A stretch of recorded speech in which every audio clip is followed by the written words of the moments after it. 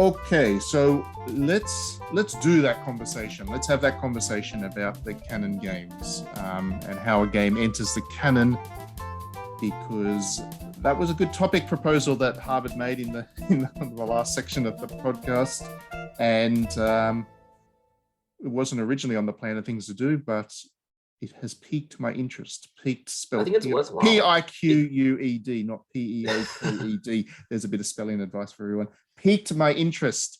But yes, I do think it is worth doing, Harvard. So yeah, I think it's like, if you want to make a game like Stranger of Paradise and connect to Final Fantasy 1, the game you connect to has to be a canonical game, right? It has to be something that you can assume people have played or will play, even though it's like 30 years old. 30 years old. Wow, 30 years old, 40 years old, 30 years old. Old game. 35. So my question was, how does a game achieve that status that people will continue talking about it 35 years down the line? Or are there certain things that developers or players can do to elevate games to that status? Yeah, I mean, it's the thing, isn't it? It's like the immediate assumption would be, oh, if it's a best-selling game, then it enters the canon and becomes that thing that everybody has to play and talk about and becomes a classic as such. But that's not the case at all. It's absolutely not the case. Yeah, if you look at, and this is where you can draw into other mediums. If you look at the best-selling novels list for like 1910, we've not heard of a single one of them. Whereas nearly all of the novels from that era that we care about today flopped on their original release. Yeah, and it is kind of the same with the video game industry. I mean, Call of Duty is a top seller game each year, but would anybody say that any of those Call of Duties are classics? Perhaps Modern Warfare 2, if you want to stretch. Only Modern Warfare 1, I'd say. Modern Warfare 1. Was it Modern Warfare 1? 2. Yeah. Which one's the one? 1 was the one that changed everything. Which one was the one with no Russian? That was 2. But 2 was like no Russianing because 1 had that transgressive moment. Well, I was going to say, I mean, the thing that everybody talks about with Call of Duty, and of course, I'm by no means a Call of Duty expert, but everybody knows about No Russian, and No Russian would strike me as the thing that kind of hit the zeitgeist and became that cultural. So, and this is me also using my lack of knowledge of Call of Duty. No one cares if I spoil Call of Duty 4 here, do they?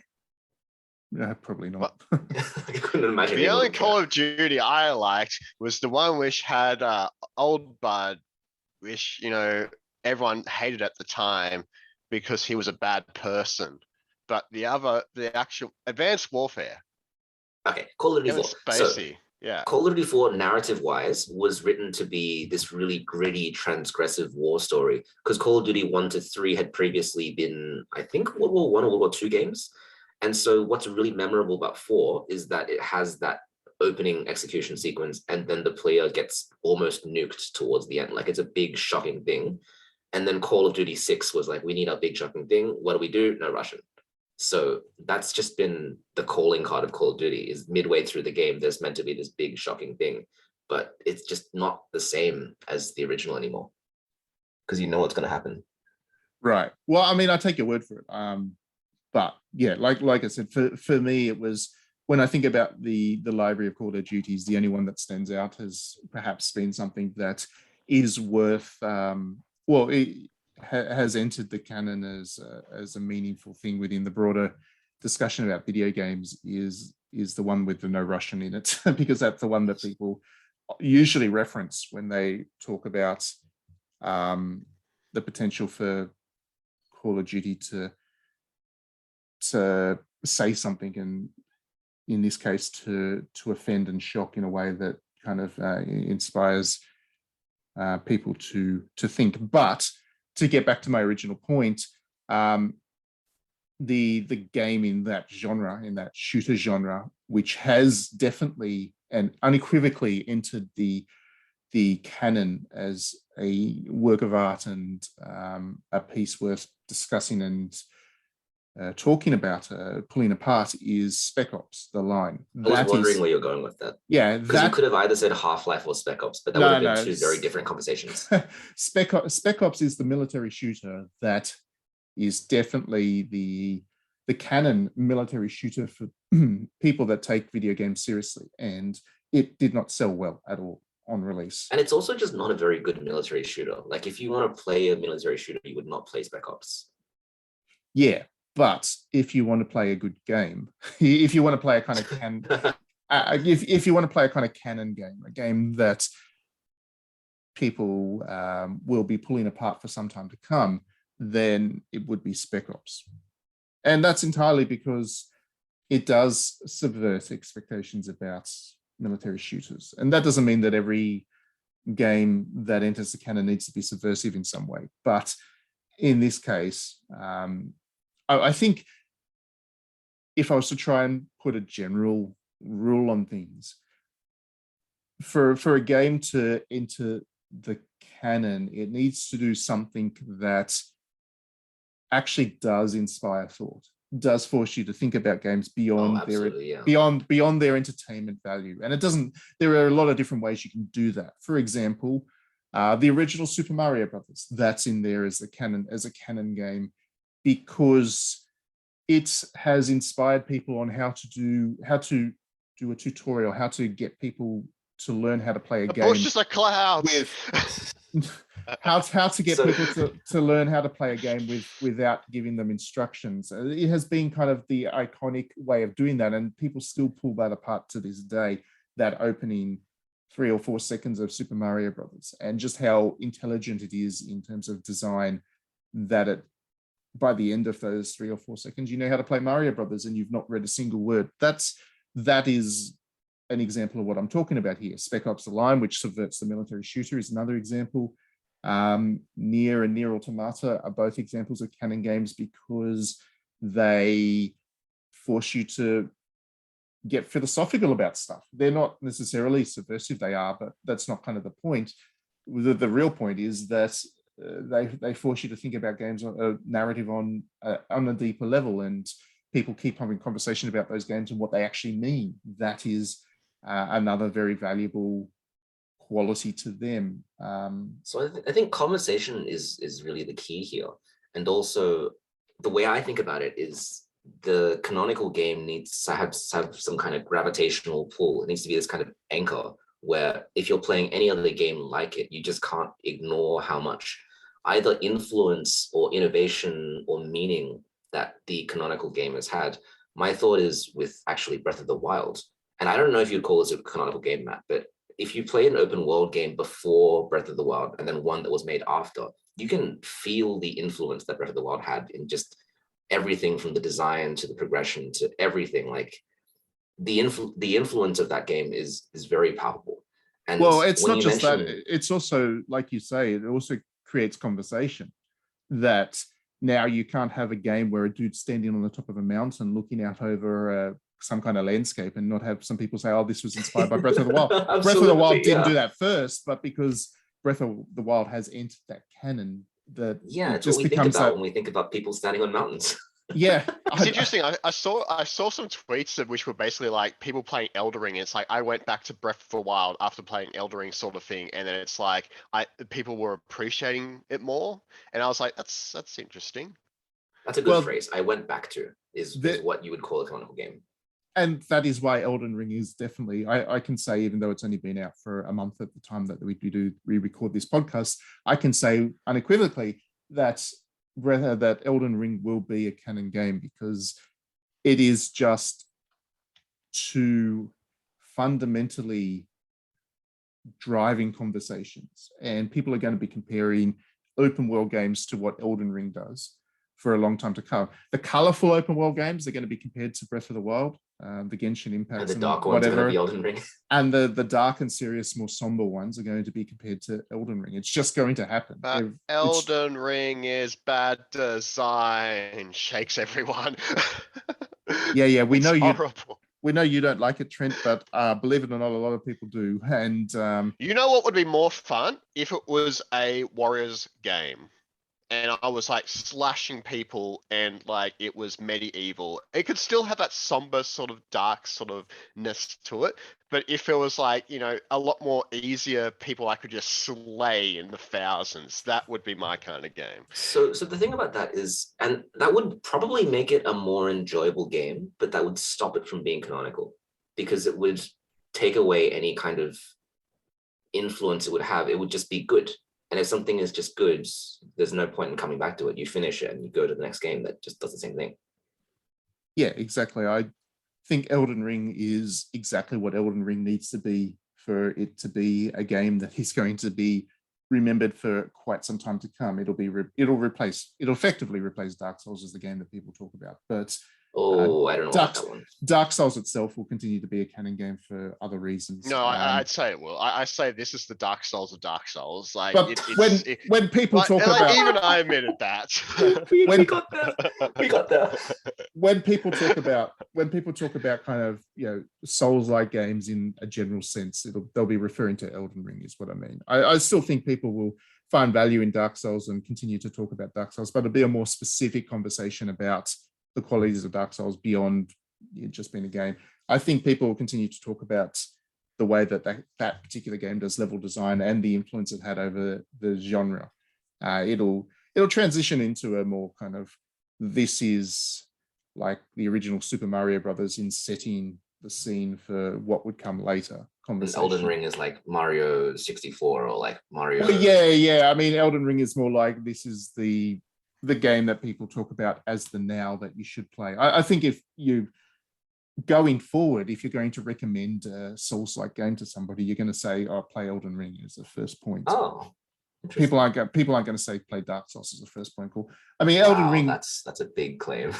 No, See, I'd say that's because as the games are coming out, they're actually slowly getting better. And eventually we're going to get to the point, I reckon, in the Souls-like genre, I reckon at some point an indie's going to look at all that and they're going to be like, we can do this better. And they're going to release something which is actually fun and actually entertaining, but still be hard, still be gritty.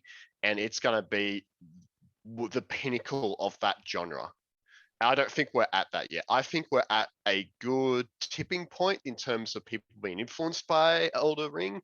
But I don't think in terms of what the genre could do, I think it's like baby steps still. Like it's kind of balloon, like Metroidvanias and stuff like that. Like it's going to be completely different to what it is. The weird thing about that is that the best game, the pinnacle of the genre, isn't canonical because it keeps just getting better.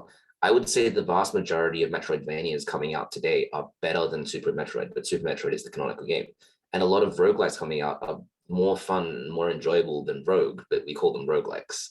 It's the game that has the historical footnote, which isn't even necessarily good, but it needs to be there so we can keep talking about it. And that's what ends up getting remembered 30 years down the line. Yeah, exactly. Oh, yeah, definitely. Dread, for example, is the highest selling Metroid 2D game, isn't it, currently? And no one's talking about Dread anymore. Dread's dropped off the face months. of the planet. Wow. Poor guys who made Dread. Yeah. Dread's not going. Dread is certainly not going to be a canon game, even though people enjoyed it plenty. And this isn't a comment on the quality of the game. They can be a lot of fun without actually being canon games. Like you say, Harvard, the canon games aren't necessarily the best ones, and that applies to all art forms. I mean, who actually enjoys watching Citizen Kane? Virtually no one. I did. It was a great film. I really enjoyed it. It's not that great. I guess that's my pretension points for this podcast. It's not that entertaining. It's an amazing film and everybody should watch it, but it isn't what I would suggest is an entertaining film to watch. And for the same reason, I don't necessarily enjoy Elden Ring as much as some other ones. I'm a Neo fan for various reasons, but the original Neo is my favorite of the Soul series. I certainly don't think Neo is the one that's going to be remembered as the canon in that particular genre for various reasons. I'm a big fan of Warriors games. I don't think any of those games are canon games by any means. So yeah, it isn't necessarily about there being the best quality game or even the one you would necessarily recommend to people first out. A good example of that would be Fire Emblem. The absolute canon Fire Emblem game is Blazing Sword, the original English one, the first English release. The GBA one. Yeah, the GBA one. That is the canon Fire Emblem because it does so many things in such a powerful and compelling way. And anybody that has played the original Fire Emblem would say that it's, that is the important one, not just because it was the first one in English, but because it just did so many things that are interesting from an artistic and creative standpoint. But if you're going to, it's like how Majora's Mask is the better Zelda game, and Ocarina of Time is the canon game. And if you're going to, if for you're different going reasons. if you're going to recommend these games to people, then you would recommend Ocarina of Time before Majora's Mask to a new person. I would recommend Fire Emblem Three Houses over Blazing Sword to somebody who's new to Fire Emblem. This is because ultimately, when you're recommending games to new people or whatever, you want them to have the best experience they can with that series, and from there segue into the more artistic examples of it. And it's exactly the same to go back to Elden Ring. Elden Ring, for what everybody says, is the most accessible Souls-like that From Software has produced for a lot of reasons. It's difficult, yes, but it's also designed in a way that makes it more accessible to more people. So you'd suggest that people play that one before they go into, you would hope, explore Dark Souls and Demon Souls and the various other ones that are out there. So yeah, where were we going with this? The best game in the series is not necessarily, sorry, the canon game in the series, or the games that are in the gaming canon, are not necessarily the ones that you would recommend to people as a first point of call. Well, Because again, it's all about influence. It's all about what does this game, what influences this game had on the conversation around video games. How about that? Let's go. Name a genre. What's canon? Okay. So I mean, let's talk about JRPGs, because they're a common topic for us. You got certainly a bunch of the Final Fantasy series and a bunch of the Dragon Quest. Yeah, a bunch of the Dragon Fantasy Quest. Tactics is the canonical tactics game. So I agree with you, Trent, but only because I'm willfully ignoring that you mean advanced. The PlayStation one, not the GBA one. Yeah. The PlayStation one's the best one. I know you mean advanced, but I'm ignoring that fact. Advanced. No, everyone talks advanced. I guess advanced perfected it. I guess, yeah. Everyone talks about the other one. But you actually mean the PlayStation one? I don't know, but no, the PlayStation one has a snowball scene, doesn't it? No, Advanced put the snowball. Advanced is snowball. Yeah. PlayStation is like War of the Roses. Yeah, see, Advanced made it easier for me. Advanced made it more fun for me. But yes, Trent, I'll concede defeat. Trent, we're talking about canon games here. The only person on the planet that still talks about Fun Tactics Advance is you. It's a good game, though. I will admit it is a great game. I do enjoy it a great deal. But yeah, I'll concede defeat the PlayStation game.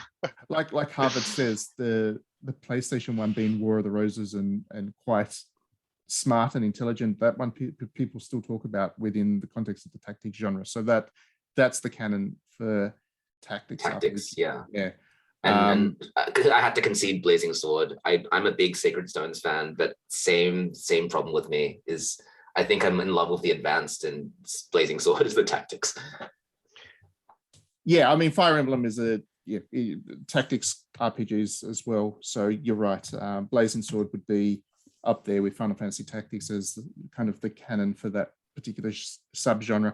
But really, with JRPGs, you are looking at Final Fantasy, Dragon Quest, and I can't think of too many others that I would say. I mean, Final Fantasy VII, Chrono Trigger, Dragon Quest, probably Dragon Quest, the original Dragon Quest, really, because the original Dragon Quest which is the one that set in stone so much about what people love about Dragon Quest. It was the cute slime. It was the cute slime. It was the very simple, very, very simple narrative. The idea of just kind of moving from town to town, solving a couple of problems in that town and moving on. So much of what Dragon Quest still is was set in stone in that original Dragon Quest, whereas Final Fantasy's kind of evolved in fundamental ways over the years. Like different Final Fantasies are canonical with different things. The narrative, maybe 4 or 6, the epic storyline, maybe like 7, 10 or something. But even then, if you were recommending a JRPG, if someone was like, I've never played a JRPG before, what would you recommend? You would not say Dragon Quest 1. You would not say anything that we would consider canonical. You would give them something enjoyable.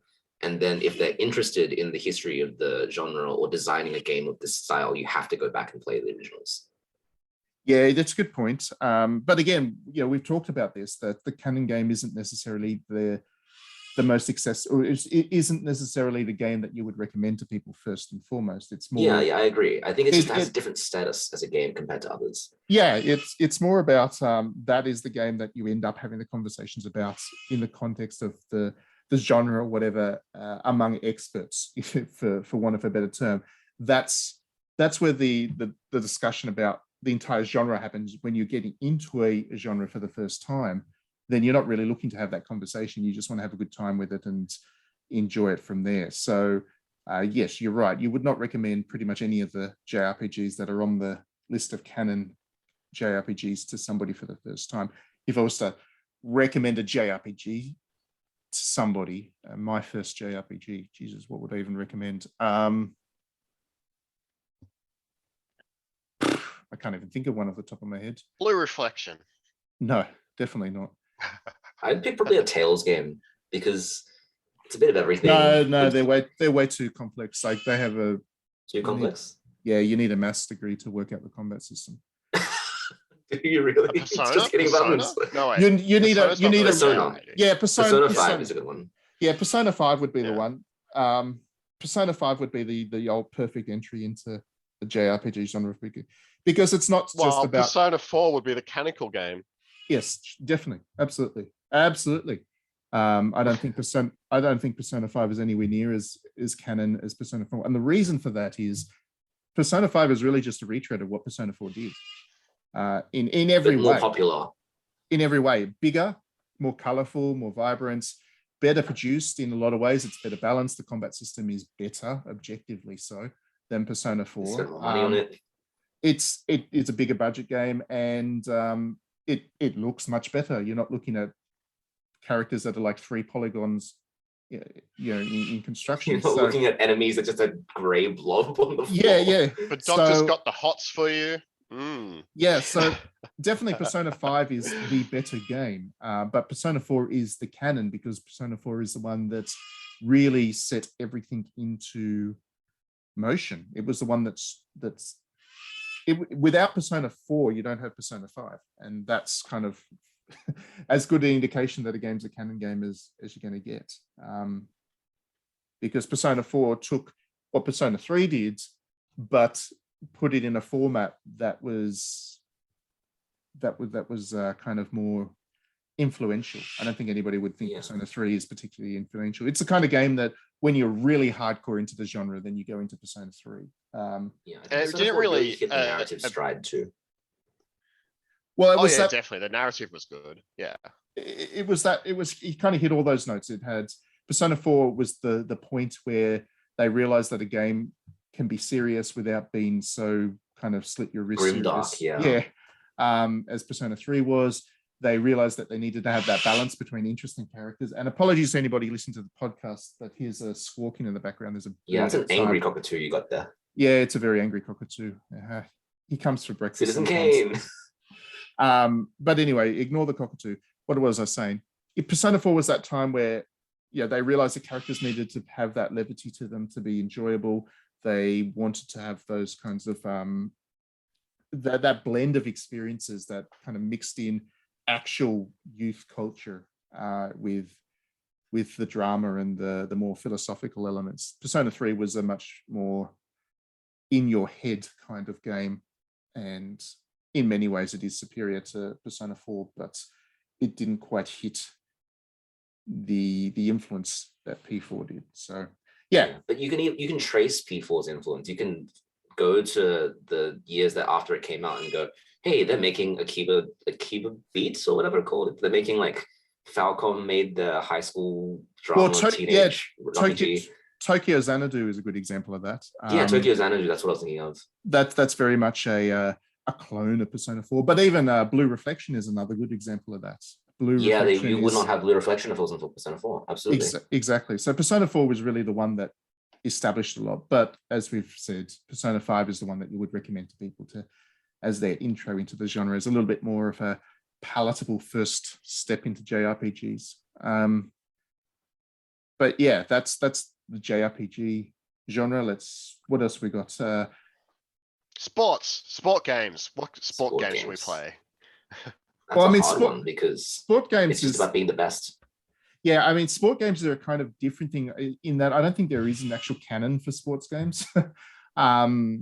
Sport games are one of those ones that genuinely they track improvements over time, and everybody knows that while one game might be a bit of a drop on what has come previous, ultimately it is just such a technology driven genre that it just gets better over time. So you wouldn't want to say that there's any particular sport game that's kind of the canon of sports games, because it's always going to be superseded by something. And now in that you terms of mention more it- light-hearted ones, like Wii Sports did like a huge thing. Well, with, you're like, right. making You the are right. Wii casual Sports, entertainment. you're right. But You are has right it that- really influenced anything since? Like, No, I think Wii Sports is absolutely canonical. I would Hmm. turn on my Wii right now and play it because I want to. Like, that's something worth going back to. not I- results, but- but just the original. No, the original Wii Sports is certainly worth studying still for all kinds of reasons, as a game design thing, as a business thing as well. It was the perfect game to kind of launch the Wii one and explain to people how to play the Wii. It was a bit like the original Super Mario Brothers, that you had the tutorial just by playing.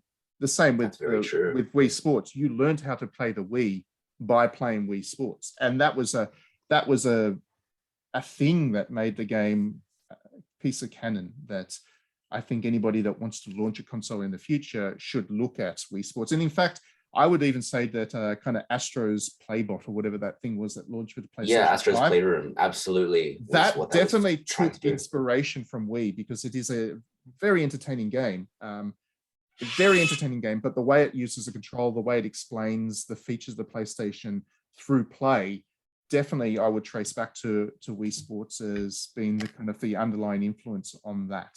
So Oh yeah, Astro Bot is great, and the VR game is essentially what doing so much more. It's like what Super Mario 64 did for 3D for VR. Like the VR game is Oh, amazing. that's If a anyone very hasn't good played point. that, Because Super Mario 64 absolutely had that role of teaching people how 3D games worked. yeah, Super Mario 64 is that is the reason that game is canon as well. And no other reason. And I would suggest that that's a reason that when people play Super Mario 64 now, they're a little bit disappointed by it. And the reason that I wouldn't necessarily recommend Super Mario 64 to people for their first 3D platformer, because Nobody's the reason it is canon is because it explained 3D play in platformers in a way that hadn't been articulated before. So yeah, it was that time and place thing that doesn't really replicate across now. You play Super Mario 64 now, and the qualities that made it great on the N64, the way that it used the controller and the way that you would interact with it, is not there anymore. it's like how the These best versions. Super Mario 64 is the DS version. The best Ocarina of Time is the 3DS, The 3DS version. version. The best Yeah. the best Majora's Mask is the 3DS version, though some people are like, oh, you can't swim, or some weird complaint. But like the best ones have been the remakes. Well, they're a better way to play it. But they're not the canon version of these. They don't games. become definitive, which annoys me infinitely. It really pisses me off that the 3D Ocarina of Time will be lost forever, and we will constantly get the N64 version everywhere. It annoys me, but that is how it works, I think. I would, yeah, it's because that original one is the canon.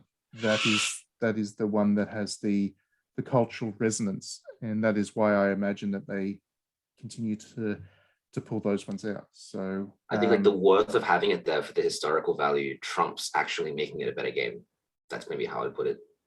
yeah, and I agree with that. I would rather have the inferior version if the inferior version is the one that is artistically Like people valuable. experience at the time, maybe. So you can go back and see what it was like. Yeah, It's okay to admit as boomers that our old games aren't good. The new games are better. I mean, yeah, they're not, and that's fine. That's fine. well, it's not about being good or not. It's really just about it's really about It's about meaning, you know. It's Yeah, like if you're interested it's in about design, meaning. or you're interested in crafts, or if you're interested in just anything more than mindless entertainment as you play, then this is where you go. Well, I mean, if you just want good, right? If you just want good, if the only thing you care about is having a good game to play, then you may as well play Godfall. Because Godfall is a perfectly competently made game. It is boring as anything, and it is something that rightfully everybody's forgotten about 2 days after it got released. But it is a perfectly fine made game. Yeah. There is a point. We've got to get to a point with this industry where we stop expecting it just to be a good game, like that is some kind of that is what is important for video games. It's not. It really is, what is the game saying? What is the game doing? And how is it different and interesting? It's not about just being good quality. It's about a whole bunch of other factors that we don't really do a good job of taking into account in the video game industry still, because so much of what we do spins around, oh, is this good or not? And how many copies it needs to be at least 8 to 10 out of 10. It needs to be, a high tier, good button mashing game. It's not meant to be finky, because finky makes, you think. And that's why that's the thing. That's why the likes of Ubisoft keeps churning out these games that are, they're objectively perfectly fine made games. The Assassin's Creed games are just fine. The Far Cry games are just fine. But at some point, this industry has to move past like caring about fine. It has to want a bit more than that. Horizon's a great example of that. Who's going to remember Horizon Forbidden West is not going to be a Canon game. Yes, an aggressively fine game. In fact, I would say that Horizon Forbidden West got forgotten the second Elden Ring released 1 week later on. And the reason is Forbidden West is fine. It is just a perfectly fine game. There's nothing wrong with it. But it doesn't do anything either. It doesn't say anything. It's just aggressively made to sell. And that, for me, is the difference between what is going to be Canon games in the future and games that are forgotten very quickly. So when you're trying to figure out which games are going to be remembered a long time down the track, and I do this as I do my reviews and stuff, when I'm actually writing about games and I'm trying to think, what is the difference between a game that's going to be remembered forever and a game that's kind of just for the now? It is the games that are actually trying to do something different that are going to be remembered forever. They might not always be successful, but it's the ones that try.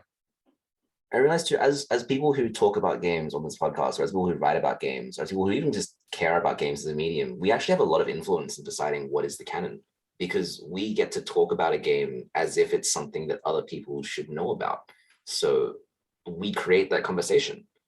And I will die on the hill that Mafia, the entire series, should be canonical, but I'm going to try as hard as I can to make it happen. And until I can convince other people that it's worth going back to play, then that's my personal journey to make something canon, You just need to be a famous YouTuber and play a game and then have it skyrocket in value and then just sell all your Mafia games. It's more than that, though. It's being able to convince people that this game is aesthetically valuable to the point that they should give up playing whatever is fun in order to go experience something that is more than that. I think that's really difficult to do, because video games are an entertainment medium. So why wouldn't you just play what is the most value for money and eats up your time the best? But if you can convince someone, hey, it's actually really worthwhile to experience the narrative of this or to experience the aesthetic vision of this, then you do something fundamentally more than just waste their time for a couple of hours. Yeah, and I think that's kind of the thing that when we talk about Canon games, it's more an artistic term as opposed to a commercial or entertainment thing. It's the same reason that when we talk about Canon films, people don't talk about Marvel. Or when we're talking about the canon in literature, we're not talking about Hunger Games and whatever other youth fiction is popular, because those are the things that sell and people are entertained by them. Canon is more to do with the artistic side of things. These are the things that are important. I think the Canon Marvel that would take these things. Iron Man. If there had to be a Canon Marvel, I think it's the original Iron Man, which set it all off. No one's talking about Hulk. But that's kind of not the point. It's more the canon of the actual art form has to do with, it is more an artistic conversation than it is a popular entertainment conversation. So yeah, all of the above is preferenced by, once again, these things aren't necessarily the best selling games, nor are they the most popular as such. But they are the ones that will be talked about by people who take this medium seriously in the future. It's like Anyway, how the new Batman will be the canon Batman, and Yeah, even though it's fans hate it, even though it's what they wanted. It's not going to be. None of superhero films are never going to be canon. Anyway, on that note, we need to wrap this podcast up. So thank you very much for joining us, Trent and Harvard. Hope that was interesting. Do let us know your thoughts in the comments wherever you happen to be listening to this podcast. Other than that, we've got nothing else to say right now. Have a good month and play lots of games. Maybe catch up on the old backlog, since April is a little bit quieter in terms of the game releases. You've probably got a lot of games that have yet added to that backlog since the start of the year. So clear them off. Other than that, do check out the new digitallydownloaded.net, the new bright, fresh look. We're very pretty now. We're the handsomest games website out there. And yeah, on that note, we'll head off. See you next month.